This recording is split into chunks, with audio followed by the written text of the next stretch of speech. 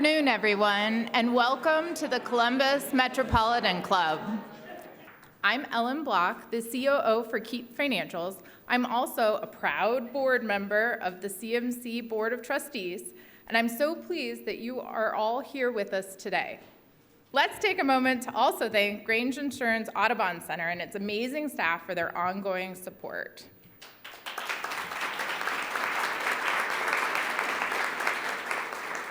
Thank you as well to the Center for Human Kindness at the Columbus Foundation and the Columbus Dispatch for presenting today's live stream, which is carried on all of CMC's social media platforms. Thanks all for those supporting today's forum. As Central Ohio grows, the Columbus banking scene is growing right with it. The city is home to banks large and small, including well-known consumer banking giants, and an array of smaller banks, including new minority-owned and women-owned banks now in development. There wasn't applause there, Jennifer. What role does a healthy banking industry play in driving the region's growth forward? Today, we'll enjoy an in-depth conversation on the state, stability, and future of Central Ohio's banking industry. Please welcome Jennifer Griffith, Regional President for First Merchants Bank, Francie Henry, Regional President of Fifth Third Bank, Ilaria Rollins, the proposed CEO of Fortuna Bank, which is now an organization, Jenny Saunders, President of FC Bank, and our host, Don DePiro, President and CEO of the Columbus Chamber of Commerce. Don, we look forward to today's conversation. The podium is all yours.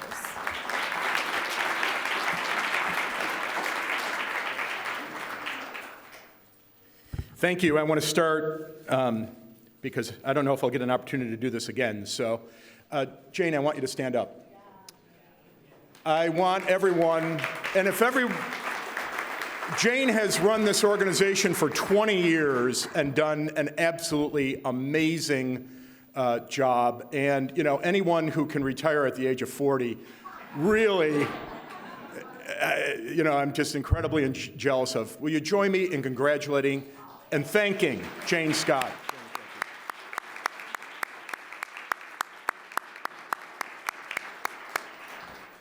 Okay, now that the nice stuff is out of the way, let's talk about the elephant in the room and get that right out of the way. What have we learned from these recent bank failures? How are we, if we are insulated from it in the Midwest, and how do we move forward? I'm going to dive in on this one. All right, thank you. It's been a rough 10 days. It has and it hasn't. So let me just be very clear, speaking for myself, my fellow panelists, the bankers are right in front of me in the room, and all of you, I just want you to know that the domestic banking system is strong, it's resilient, and we are positioned to serve you. So let me just say that one more time. We're very strong, we are well positioned to serve you, and we're resilient. And we've been through these the difficulty that we're seeing here today. Fifth Third Bank has been around 165 years. We've seen high rates, low rates, and everything in between. The two banks that have had issues had very different business models than the lion's share of the organizations that you're involved with. And we're happy to go into the differences of those. But we are here to tell you that we have all learned, and I think that we are here for you so we can allay any fears for your companies, for you personally. And we felt strongly that we wanted to start the session here today and pivot so we can make sure that you know that we don't want you to worry. Panelists?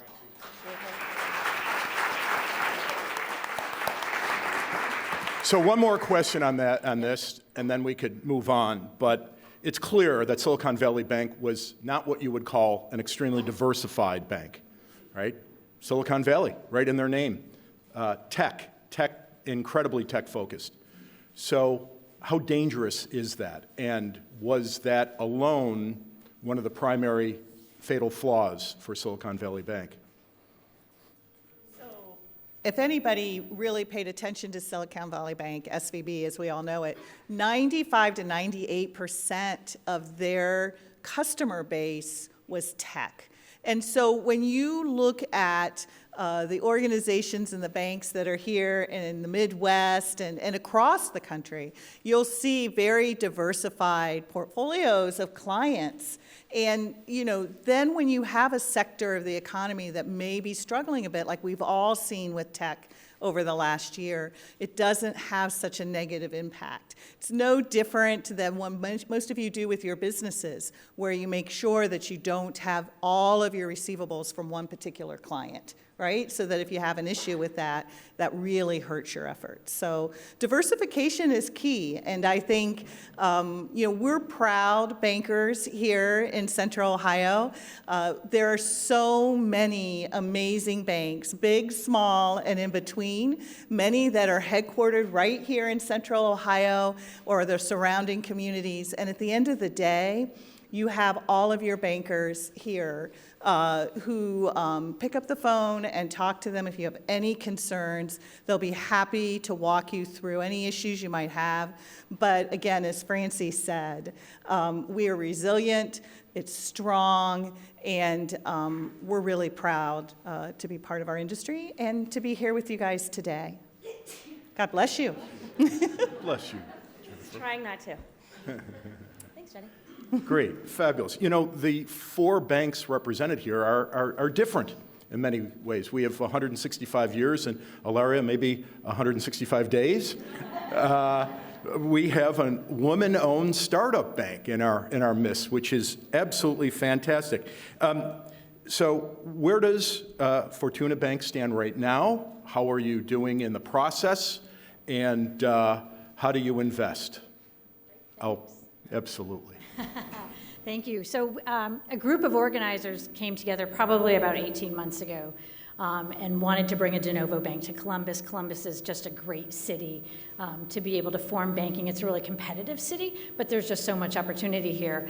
And the team really wanted to be intentional in serving a specific niche, being a bank for everybody, but really be intentional in a niche, and that was going to be women-owned. We know that women lack access to capital at times. They don't have necessarily the network, and financial education is really important. So when we talk about Fortuna Bank's philanthropic arm, it's really all about making sure that we're lifting women, and by doing so, we know that we're going to lift our communities and make our communities stronger. Fast forward about 18 months, the application with the FDIC and the ODFI was filed back in February. We've received our confirmation of acceptance, which is the first hurdle that we need to move past to be able to know that we're still moving along in the regulatory process. We did get nervous about 10 days ago when everything started to happen and the banking industry started to get a little bit of a shakeup, wondering what would that happen to us. We know regulators are conservative in nature, and would that slow our process? And we continue to be pleasantly surprised. We're moving into field examinations. I'm getting my fingerprints done today, and we believe that we will have conditional approval somewhere around June, and at that time we will be able to formally raise capital. We're making investments into the bank. You can become a shareholder at the entry point of $10,000. We did that intentionally because we would like to have a large investor base who then in turn become clients and who are members of our community and we can help everybody grow stronger. So more to come, but it's been pretty awesome process so far. That's great. Congratulations. And let's hear, absolutely. Let's go right down the line. Jennifer, we're going to start with you and talk about First Merchants a little bit. And let's give a little bit of brief background about your bank. And First Merchants is a uniquely situated commercial bank. Right? So First Merchants Bank is also 100-ish, 130-ish years old, headquartered in the state of Indiana. Founded in the town of Muncie and really developed some incredible growth years through the automotive industry and some great work done by the Ball family, home of Ball State University. And so First Merchants continued to grow 100 years ago, fast forward, and we're really committed to keeping a very strong dividend, a very strong balance sheet and a very strong dividend. And in order to do that, if Muncie was not going to grow and develop, they needed to find other areas of growth and opportunity. And so First Merchants ended up on an acquisition spree, and from the 80s forward made 18 to 20 unique business acquisitions throughout the Midwest. We currently do business in Illinois, Indiana, Michigan, and Ohio. I'm personally responsible for the financial health of Ohio. By making these acquisitions, we were able to strategically identify what were the gaps in our balance sheet and what did we need to supplement. So sometimes we acquired a bank that was really rich in deposits, and other times we graduated and picked up a bank that was really rich in commercial activity. In Columbus, Ohio, as Ilaria was speaking to, we are a really, really strong economic engine, and we drive fantastic commercial growth. So for me, in Ohio, about 80% of the income we generate out of the Ohio market comes from businesses like yours in the room. We're a very heavy, commercially focused institution. And so we hope to be around and serve the next couple of generations. Thanks for asking, Don. Absolutely. Francie. You know, I'm proud to represent Fifth Third Bank. I started when I was 12. So then I can tell you that, you know, this is my 38th year that I've been with the organization. And when I started at the bank, we were $3 billion in assets. Today we're $210 billion and 12th largest bank in the country. And I feel that we still run and operate the bank as if we were $3 billion. It's a very decentralized fashion. So we have this wonderful large organization with 4 major lines of business, strong consumer bank, strong commercial bank, both representing very strong and diversified flows and revenue streams, unlike the other banks that we talked about earlier today. Again, a big difference. But what that provides us with is the ability to enter markets, with people like me who are responsible for that growth and that development of those markets. We have a local advisory board, and we came de novo. We had no presence here, and Tom McAuliffe, I'm going to throw the Tom McAuliffe name out there and see if anybody remembers Tom. You remember Tom opened the bank for us? Pat's raising his hand, and everybody smiles when he wonderful leader here in our market, and grew the bank. And then, we had the great fortune of combining with State Savings Bank in the 1990s, which really gave us, a lot of heft, I would say, and continue to allow us to diversify and grow. So it's my pleasure to be with everybody here today. And Jenny. So FC Bank is a division of CNB Bank, which is located out of Clearfield, Pennsylvania. So think Hallmark movie. They kind of sit down in a valley. It was really coal country was where they started. And over 150 years as well of banking experience. Really a commercial bank is where our roots are. And then obviously have matriculated into all aspects of banking. When I talked about diversification, CMB is the perfect example of that because it's not just with clients. We're also diversified from a geographical perspective. So I am one of 5 divisions of CNB. So we're also Erie Bank in Erie, PA, and we have a division of Erie Bank up in Ohio and Cleveland. We're Bank on Buffalo in Buffalo, New York. We're CNB in Clearfield, Pennsylvania, and we're Ridgeview Bank, our newest division in Roanoke, Virginia.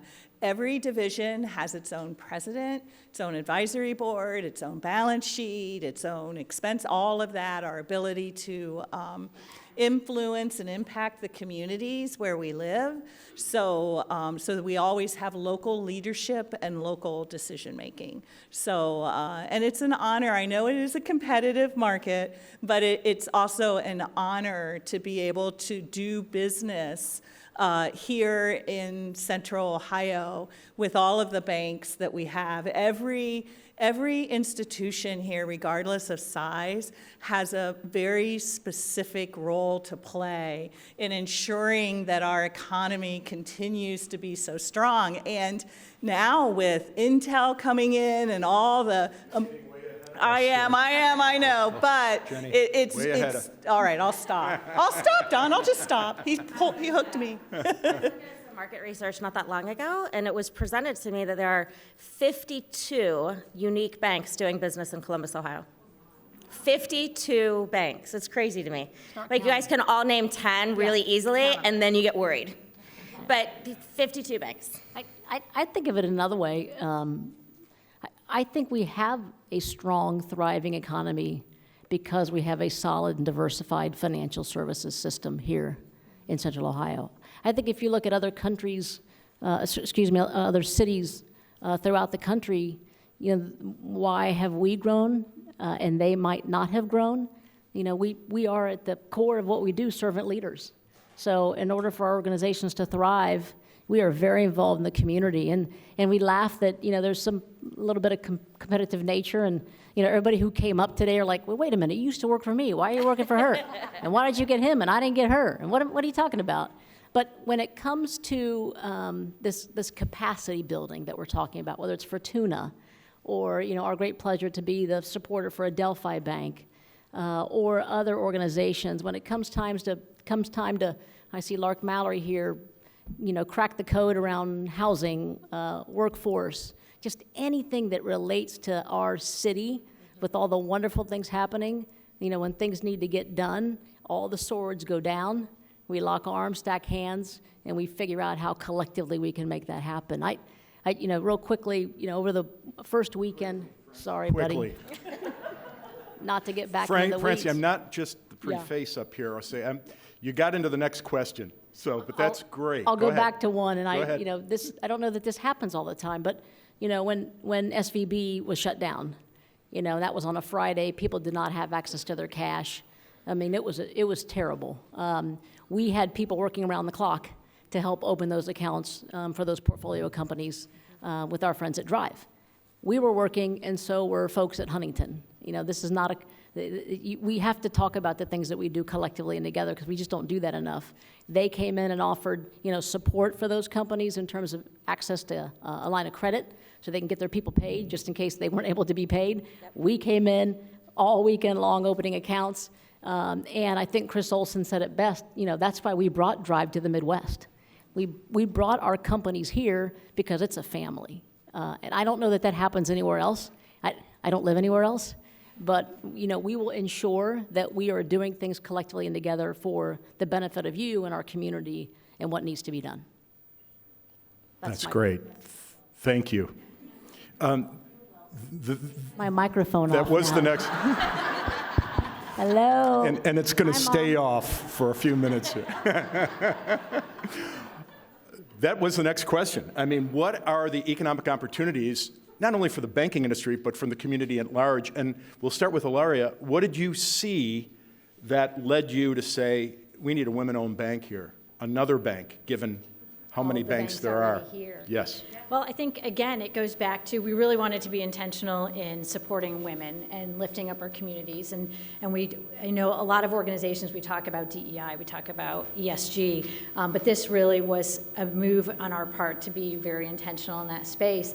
But Columbus is such, and then outside of that, we want to be able to bank everybody. So you come to Columbus, you want to be in Columbus because there's such a growth engine here, as Francie mentioned. It's a very diverse, it has a number of, the same reason why Intel chose Columbus is the same reason why, what makes Columbus strong. There's many universities, there's diverse opportunities for, commercial growth and economic growth. And so it just made sense, and who we potentially go after as potential clients versus what the other banks may do is different too. We serve a different clientele. We would probably serve a different niche. Boutique banking and a lot of hand-holding, a lot of startup businesses in our space, and a lot of the larger banks go after the big dollar amounts. And so I think that's kind of what makes the diversity in the banking industry so successful here, and what really allowed us to feel confident in the decision to place our roots here. Jenny, what economic opportunities He's not turning on do your you mic, see Francie. moving forward? I was just going to piggyback on Francie for a second and say, I hear a lot that there are tons of pizza shops and banks in Worthington, Ohio. And I always tell people, well then, come get your money to buy pizza on your way to the pizza shop, or grab a piece of pizza and come eat it when you come to my branch, if that's what you'd like to do. But I think there's so much amazing stuff happening here in Columbus. And of course, we've all heard about Intel. I mean, that is obviously, the biggest thing that has hit our area in a long time. But if you think about it, there's so much growth in so many different industries. And when you look at what our population is supposed to grow to, all of that just continues to add. Ilaria mentioned the institutions. I mean, I came here to go to Ohio State and then I never left. How many of you came here to go to school and never left? Right? I mean, this is an amazing place to live and to work and to raise our families. And so when you think about all of that, I also think we have a responsibility as a community collectively to make sure that we're doing everything to make sure that every person is part of that success, right? That we're not leaving anyone behind from a housing perspective, from a workforce perspective, mass transit, all of those different things. And I know that all of us work with different organizations to ensure that the financial arm of the city is doing everything we can do to help make sure that we meet that mission. That is something collectively, Francie mentioned we're one big family. That's something collectively we need to make sure that that's in the center of what we do as we experience all this growth that is coming our way. I also mentioned to Dawn earlier that I don't want anyone to walk away from the conversations around Silicon Valley thinking that tech is its own four-letter word. And so tech investment is really important and is going to be a huge strategic partner in all of our lives as Columbus grows. And you're going to find advancements in tech, whether that's happening in the manufacturing floor or it's happening in electric vehicles. So Intel needs it, but so does everybody else. This is how our future is going to participate. And so we need people to be comfortable in tech, and we need not to be concentrated in tech. And so we need to figure out how we make sure that we support it, we finance it, we provide access to capital, we help their working capital cycles, we know their payrolls are growing and getting paid for. There's a place for us in that space, just not a concentrated space. Great, thank you. What are the risks? What risks do we face, even in a well-diversified economy like ours here in the Columbus region? I think there's a real risk around providing enough housing. So I think thank you, Lark. I think it's a real risk. When we take a look at the number of businesses that want to be in our backyard, they need high-performing employees to have access to safe and secure housing, and I think that is a gap we need to close quickly. I would agree. I think I'm concerned, but I'm not worried. I'm concerned because the numbers are, we're building about half of what we need to sustain the growth that we just, before the Intel announcement. But there is no better or stronger community that works collaboratively, publicly and privately, to be able to solve this issue. So this is not an issue that's just centered around Columbus, Ohio, but any community that's growing at the magnitude that we're growing at is going to be faced with this. But if you look at our developers, our builders, our city, our county, state government, you look at the individuals that are here around this table and otherwise willing to just solve or try to help solve this issue, it's at the epicenter of what we're doing. We realize that it needs to be fixed. And there's no place else I'd rather be if we're going to solve a problem than here. Let's just pivot slightly to the economy. I happen to serve on the Federal Reserve Bank of Cleveland's Columbus Business Advisory Council, and we host the meetings at our chamber. And 2 weeks ago, the message was no more interest rate hikes. No more interest rate hikes. Please, please, please, no more interest rate hikes. So what happened? The Fed raised interest rates by another 25 basis points, right? How do you feel? And we are not recession-proof by any means. We are somewhat recession-resistant here, thanks to our economy, thanks to the strength of our economy, all the new companies moving in. But how do you prognosticate? What do you think in the next 3, 6, 12 months as far as the economy goes?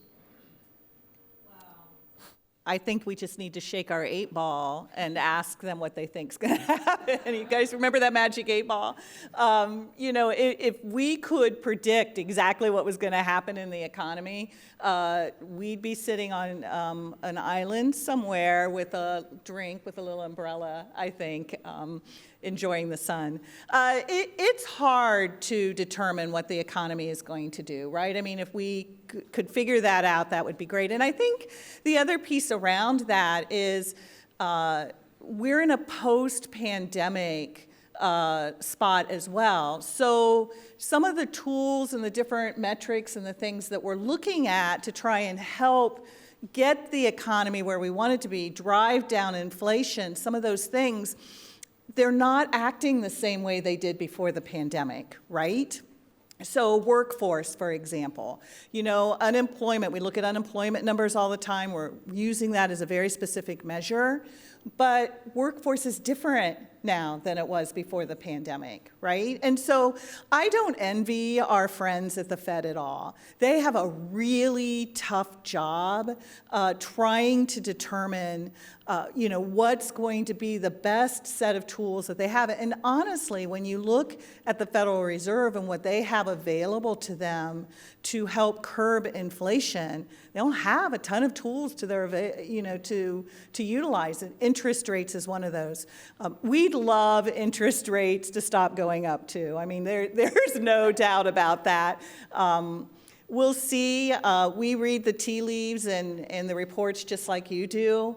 We'll see what happens. But I will say Columbus is in a bit of a bubble. We tend not to have quite the dramatic shifts that other places in the country do. That doesn't mean that there aren't people in our community hurting and that we need to take care of them. But we're in a bit of a more fortunate position, I believe, than other places in the country. I want to just get one quick follow-up with Jenny. You touched on something. We've been using the same metrics, the same economic indicators to measure the economy for decades. And the pandemic changed the world as we know it. Should we be pivoting at all? Or are each of you in any way looking at different types of economic indicators to predict what we're facing down the road? And yes, you're welcome to give away any industry secrets that you might be harboring. I'm a political science, not a finance major, so economy is not, I'm not an economist. I think time will tell. I think the world is not the same as it was before, and it's not behaving the way it did before. And that is no one's fault. That's not the Fed's, that's not anyone in this room, that's not any banker. We're trying to figure it out, right? And I think the further we get away from that event, the more we will learn about what sort of things are really great indicators in the world as it is today and how we proceed. But, you think about pre-pandemic, to Jennifer's point, we weren't using Zoom. We weren't using, the speed that information comes out now and all of those things. They were kind of moving along, but now it's like, right, I mean, any one of you can pick up the phone or, and somebody's probably tweeted something about something somebody said here already. You can be like, oh yeah, I was here, while the event is happening. So I think time will tell, Don. We're just trying to figure it out. And I'm definitely an optimist. You spend any time with me, I always see the glass half full. But seasons of correction don't last as long as seasons of expansion.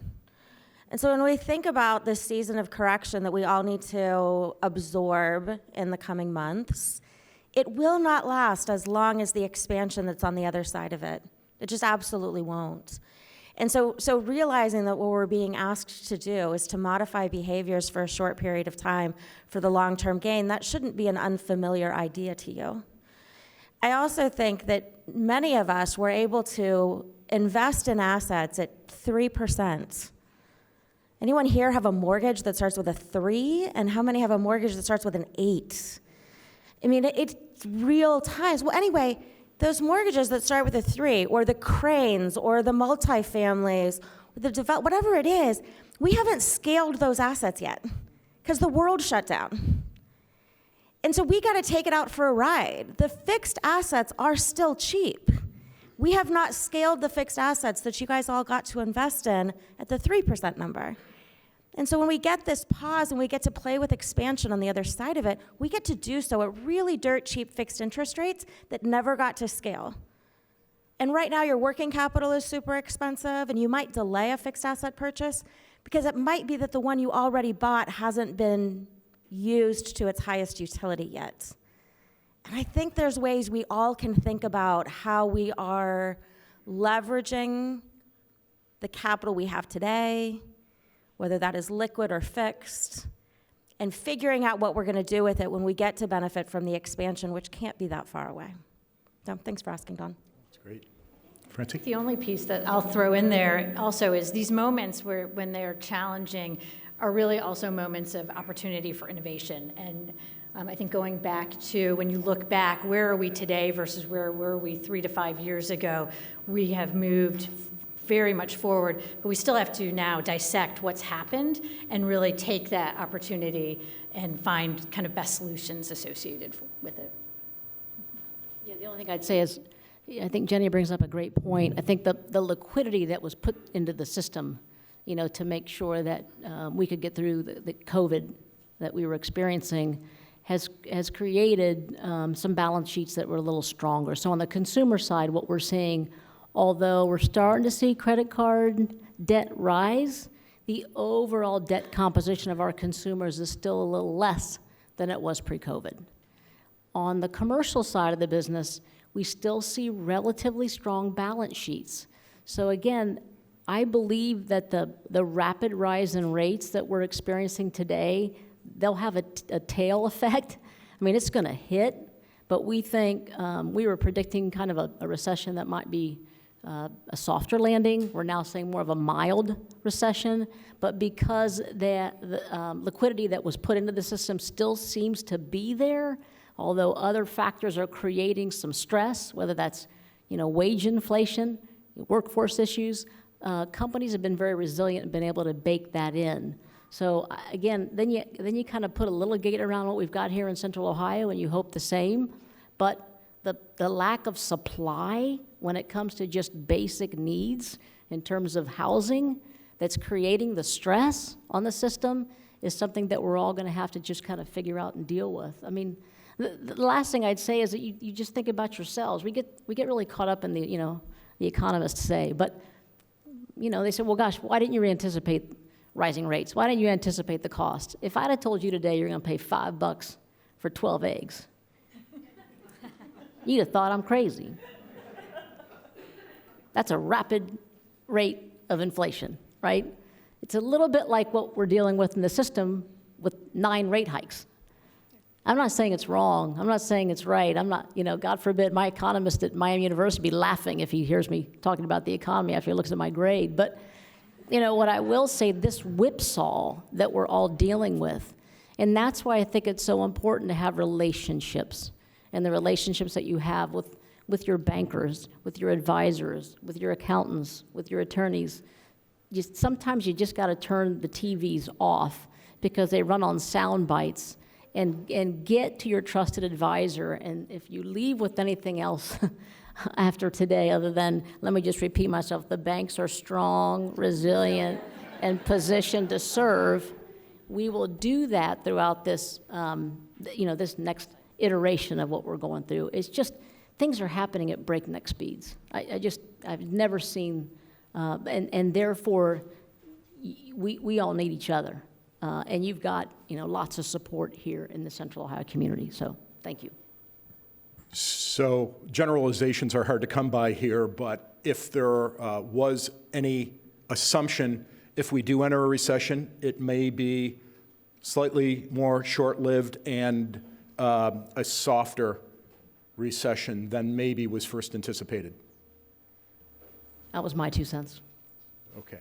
The world according to Francie. Write it down. I agree with her.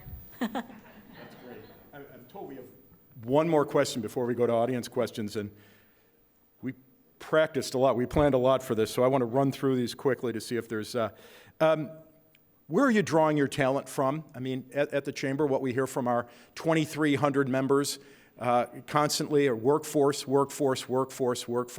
How's it going? Francie kind of kidded about that a little earlier, about how you kind of purge from, and you recruit from one another. Business cards on me if any of you need to see them. Got my cell phone on it, my phone. Jenny, how you doing with on the hiring front? I think we're like everyone else. It does feel like the issues we were having a year or so ago don't seem quite as tight now. It's easier to find people. And we look all over the place for folks. You don't have to be a banker to work for us. In fact, we like folks that are innovative, and really it's just about relationships. That's what banking is. Banking is relationship driven. And so if you like talking to people and you like finding out how you can make their dreams come true, banking is for you. We also do, I know that was a little cheesy. It was cheesy, but it's true. But, you can be in marketing, you can be in IT, you can be, somebody that's driving how to make mobile banking better. You can be somebody that goes out and ensures that we're lending, or you can audit, or you can be in finance. I mean, you literally can be in anything in banking that you want to be. And you get to work with really cool people like us. So we will all be passing out our business cards afterwards for you to pass out to other folks, and we'll take you out to dinner if we hire one of your referrals. My promise. Like Jenny should give a little shout out to the OBL. I think Evan is here, and Evan's here. Hey, Evan. Done an amazing job at exposing an audience with our governor to help people understand that banking jobs are all jobs. A lot of people think about a commercial banker, or they think about someone on the line, or they think about their mortgage loan originator, but there are a lot of jobs you've never heard of. Anyway, all the jobs are all the jobs. We've been really successful, though, growing internships. I'm really proud. I hope everyone takes advantage in your own backyard. Think about investing in internships in your business. It's a great place to spotlight talent. I'll just say one more thing, because I can't stop, but it really is. I'd steal it from our CEO, and he's got me thinking. It's a very noble profession. We have the great fortune of helping people in terms of their financial health and well-being, and then we become the dream managers that we know what you want, and we will help you achieve that goal, and then ensure that it's transferred to the people, places, and things that you love the most. And it's a pleasure to be able to serve. The last thing I'd say is, I think, unlike most people believe, I'm a student.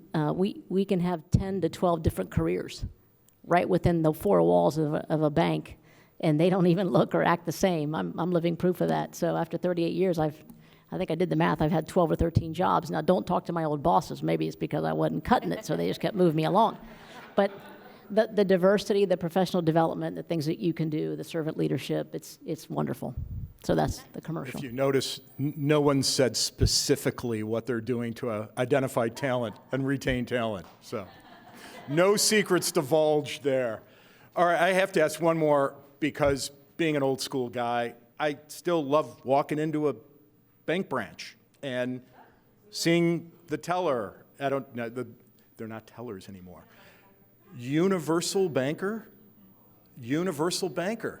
Yes. What's the future of bank branches and, walking in and seeing your banker face to face and making a deposit, taking a withdrawal? They're not going away. So It's a people business. So whether you want to come into a branch, whether you want to do it on your phone, whether you want to do a Zoom meeting or a team meeting, or we're meeting you out for coffee or breakfast, it's a relationship business. And where banks are evolving is we want to make sure that you're able to do banking on your terms, the way you want to do it. And, it used to be that you had to come into the branch, right? And everybody would sit at a desk and you would sit at the other side and, wow, really welcoming, friendly, kind of thing, right? And you usually needed something. You needed a loan, you needed money, you needed a deposit, right? And you had to come in and talk to us. Now we're sitting at tables and we're sitting side by side and we're having conversations and we're working together to help you find what it is you need to accomplish. And I know I was cheesy when I said that we're dream makers, but when you think about banking, right, most people don't know banking the way we do. I mean, we're in it all the time. We know the ins and outs of a debit card or an ATM machine or any of those things. But when you think about the life events that you have, and many of you are experiencing them now, every 6 months, believe it or not, you will experience some type of life event. It's science. And that life event will need something that a banker will be able to help you with. So whether it's buying your first car, whether it's getting your first home, whether it's going to college, whether it's getting your first business, building your building, succession planning, looking to retire, or leaving something for your loved ones, a banker will help you along the way with every single thing of those. So when I say it's a relationship business and we're dream fulfillers, it's really true. And so banking's not going to go away. It's how you want to bank, what you're most comfortable with. That's how it'll be. That's great. As is our long-standing tradition here at the Columbus Metropolitan Club, we take questions from our audience. So please state your name and ask away. Thank you so much, and thank you to our great panelists today. I like the bank branch question. I enjoy banking on my phone, but I also like to be able to walk into a branch where people know my name. So I like both. Oh, thank you, Jane. The question, which I'll get to now, this is from our live stream audience, Steve Reynolds.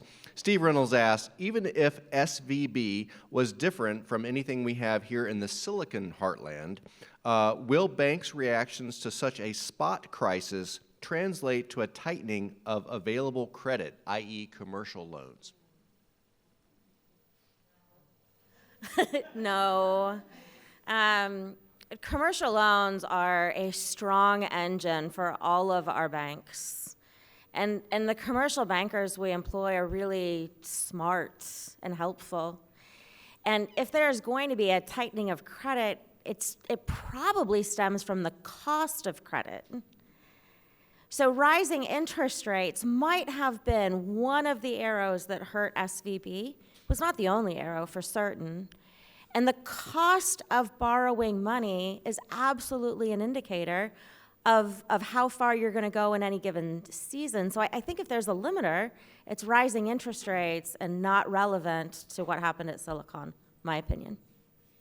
I would just add that I think we have anticipated, and that's why the resiliency is around this table and here. And we're here when rates were going up. And if you turned on the TV this morning, which I told you not to do, the market's saying they're going to go down, and prudent financial institutions have hedged the ups and the downs and are going to, be prudent and available, and the credit's going to be there, for the borrowers that need it, period. So based on what's just happening or what's just happened, are you anticipating or do you think that there's a need for any reset in some of the regulations for banks? So I think there's going to definitely be a postmortem here that needs to take place. So I think we are so focused on solvency and capital ratios. This was not that. This was a liquidity issue. So to think that there isn't going to be some work to be done to ensure that this doesn't happen again, I think it would be foolish. We welcome the regulation. we're generally rule followers, so we welcome the ability to ensure that this doesn't happen again. And I think we're all involved in making sure that, we have the right solutions there so this doesn't happen again. Investor in SVB not tweeted encouraging other customers to start taking their money out of that bank, could it have been saved? I mean, that created a run, social media created a run on that bank. No matter what, a run on a bank is bad, no matter who they are. And so certainly the run on the bank was a really sharp arrow. The solvency thing that Francie was just talking about, every one of us make assumptions about what our own organization's liquidity can do for you. And the assumptions are exactly that. And the assumptions get oversights. And the assumptions and the oversight comes in, and the board and the directors and the regulators, they all come in and they say, your assumptions look conservative or your assumptions look risky. And then you mold your assumptions, but they're always assumptions. It's like the magic 8 ball that Jenny was talking about earlier. And so we probably learned that SVP might have made some inappropriate assumptions, that regulators might have been able to tweak that idea and change the outcome. But absolutely, if there was not a run on a bank, I think it'd be open. 42, I think the number was $42 billion that left between the 8th and the 10th. That's insane. That was fast. On social media. It was fast. Hi, thank you panel for presenting today. Jordan from VRG Companies. So one of the questions was asked about the risk to our market, and the housing piece came up. Now, as we well know, multifamily development is often difficult to develop without incentives, but there's also issues facing developing single-family housing in our region, whether it be around Columbus or around some of our other county seats in a regional area. Kind of delicate way to ask this question, but it can be often difficult, as I hear from some of my peers in the home building industry, getting things approved and getting housing developments off the ground in some surrounding communities. What, if anything, are our financial institutions in our market doing to help facilitate or advocate for the need for housing as it relates to our local economy's health now and into the future? Wow, that's a big question. So I think we are actively involved in conversations with the city and organizations on housing and how we can assist with that. I think all of our institutions are involved with affordable housing. We're involved with different organizations that provide housing to be able to help fund that. And then we're working very closely with developers to continue to look for opportunities, where can housing go and how can we help support that? So it is something we all talk about on a really regular basis. And I think your question could be twofold. And one is, what are we doing about affordable housing? What are we doing about housing developments? I mean, we have a shortage here, and we'll have more and more people coming. We're going to have more and more urban sprawl. So how much of it needs to be, how much are we going to live with density? I mean, how much are we going to be okay with that, right? And then how, if we continue to sprawl outward, how are we going to get people from where they are to where the jobs are? I mean, we didn't talk about transit today. And, I think CODA does a really nice job, but, there's lots of conversation about light rail. There's conversation about, I think our city is too dependent on cars, right? We know that. And, one of the best things about the pandemic was when I drove to work, I was able to get there in like 3 minutes. I was like, woohoo, this is amazing, right? And I realized when the city opened back up when I couldn't do that, although I think the Starbucks was the first thing that taught me that as I stood in line. But how do we get people from that housing to where their jobs are too? Because we're going to have to sprawl out, I think, a little bit. Just say, Laura, you're here. You know a lot about this. So I think it also starts with each one of us educating ourselves first. We can talk about these things in generality, but we will not solve the issue unless the individual townships, municipalities are open, understand, and have the ability to understand that dense housing is not a bad thing. If we can't help educate ourselves, then to help educate others, we will never solve this unless we work on this density issue. And that is still dictated, by those local townships and municipalities, et cetera, et cetera. Then the rest of it, I think, will unfold, the financing of it and the hows and the whats. But I had to spend a lot of time to educate to educate my team first. Like, okay, what does it mean? Is it good? Is it bad? What are the after effects of it? If you can do that, and there are wonderful books and wonderful ways to do that, then you can be involved with your local governments to say, this is going to be okay. I mean, it really is going to be fine. We have the developers, the builders, the resources, and the banks willing to finance it. We got to get over that first hurdle first. I don't know, you're shaking your head, so I'm hopefully, all right. If you get a good job from Lark Mallory, by golly, you did all right. Yeah, I'd start Has there. the definition of affordable housing changed because of interest rates and inflation? It takes a lot more to get an entry-level home these days. Yeah, I think it doesn't change the definition of affordable housing, but it does change the aesthetic of the product that's available. Yeah. Sorry. Hi, I'm Bill Lafayette. I own Regionomics, and I have what I hope is a softball question. I've said a lot of time that we could be better in business formation than we are. We need to be stronger.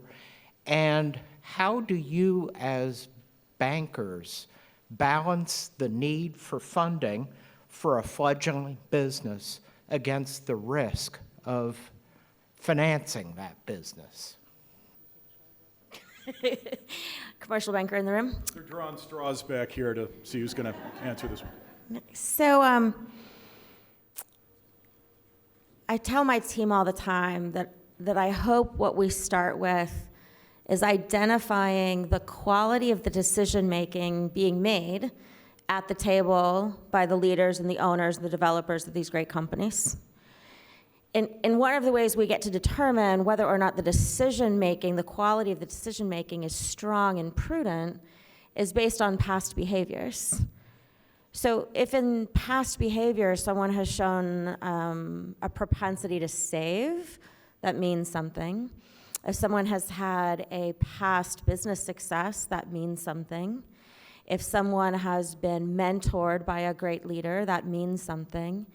And so starting at the heart of first identifying the effectiveness of the decision maker starts the ripple effect of everything else that feeds into underwriting. People talk about character all of the time, and you'll hear it as one of the C's of credit. If anyone wants to hang out with a credit analyst, they'll tell you all about it. But character isn't enough. Okay, good times. No, but character is really, in my opinion, character is not specific enough. It's the quality of the decision-making that starts the conversation, and then there's a whole balance of whether or not you're going to use, outside influences to support a young business, or if the young business has exactly what it needs. But no two stories are ever the same. Staring at one of our best and brightest business bankers who's in the room here today, Jessie Beck, and I think what I see her doing very, very well is you can't lead with the no. If you can at this particular point approve this credit in terms of what's in front of you, it's not no, it's what if we did other things. So a lot of it is building the capacity, financial education, financial literacy, bringing other partners that can help and support those decisions. But we hate to just say no. We say, maybe not now, let's work on a couple things. And that normally gets you to the right decision. Did I do okay? Jenny? Say is we've talked a lot about relationships today, right?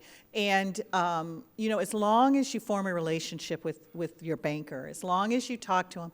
And the other thing I would say is if you're running into maybe a bump or a speed bump in the road, let us know right away, because we're here to help you. We're here to be together, side by side, to help the business move along. But it's always about trying to find a way to say yes. That's absolutely how we approach things. Do you take into consideration one of the things we, representing 2,300 businesses in the community, we strongly encourage get a good accountant and get a good attorney. And do you take those things into consideration? Do you make recommendations? Do you work with other professional services to ensure that an entrepreneur or a small business owner is protected in so many areas? Absolutely, yes. Okay, good. Well, we are right up against it. And to close us out, this has been a great honor, great to be back with the Metropolitan Club. Ellen.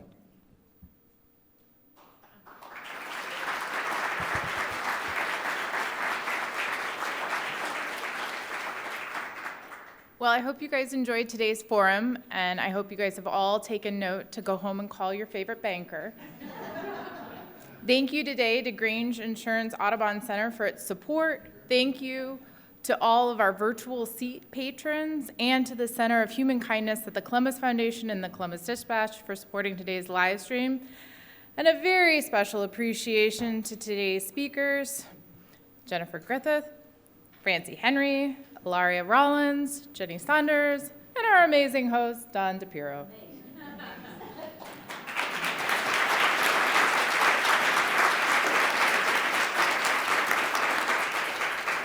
Please make plans now to attend next Wednesday's forum, 500,000 Latinos Growing Impact in Ohio, right here at the Grange Insurance Audubon Center. Yes, that's right, we'll be back on our regular Wednesday schedule for next week's program. Please also take a moment to answer the short survey that's in your forum flyers. Thank you, everyone. We could not do this without you. Have a great afternoon.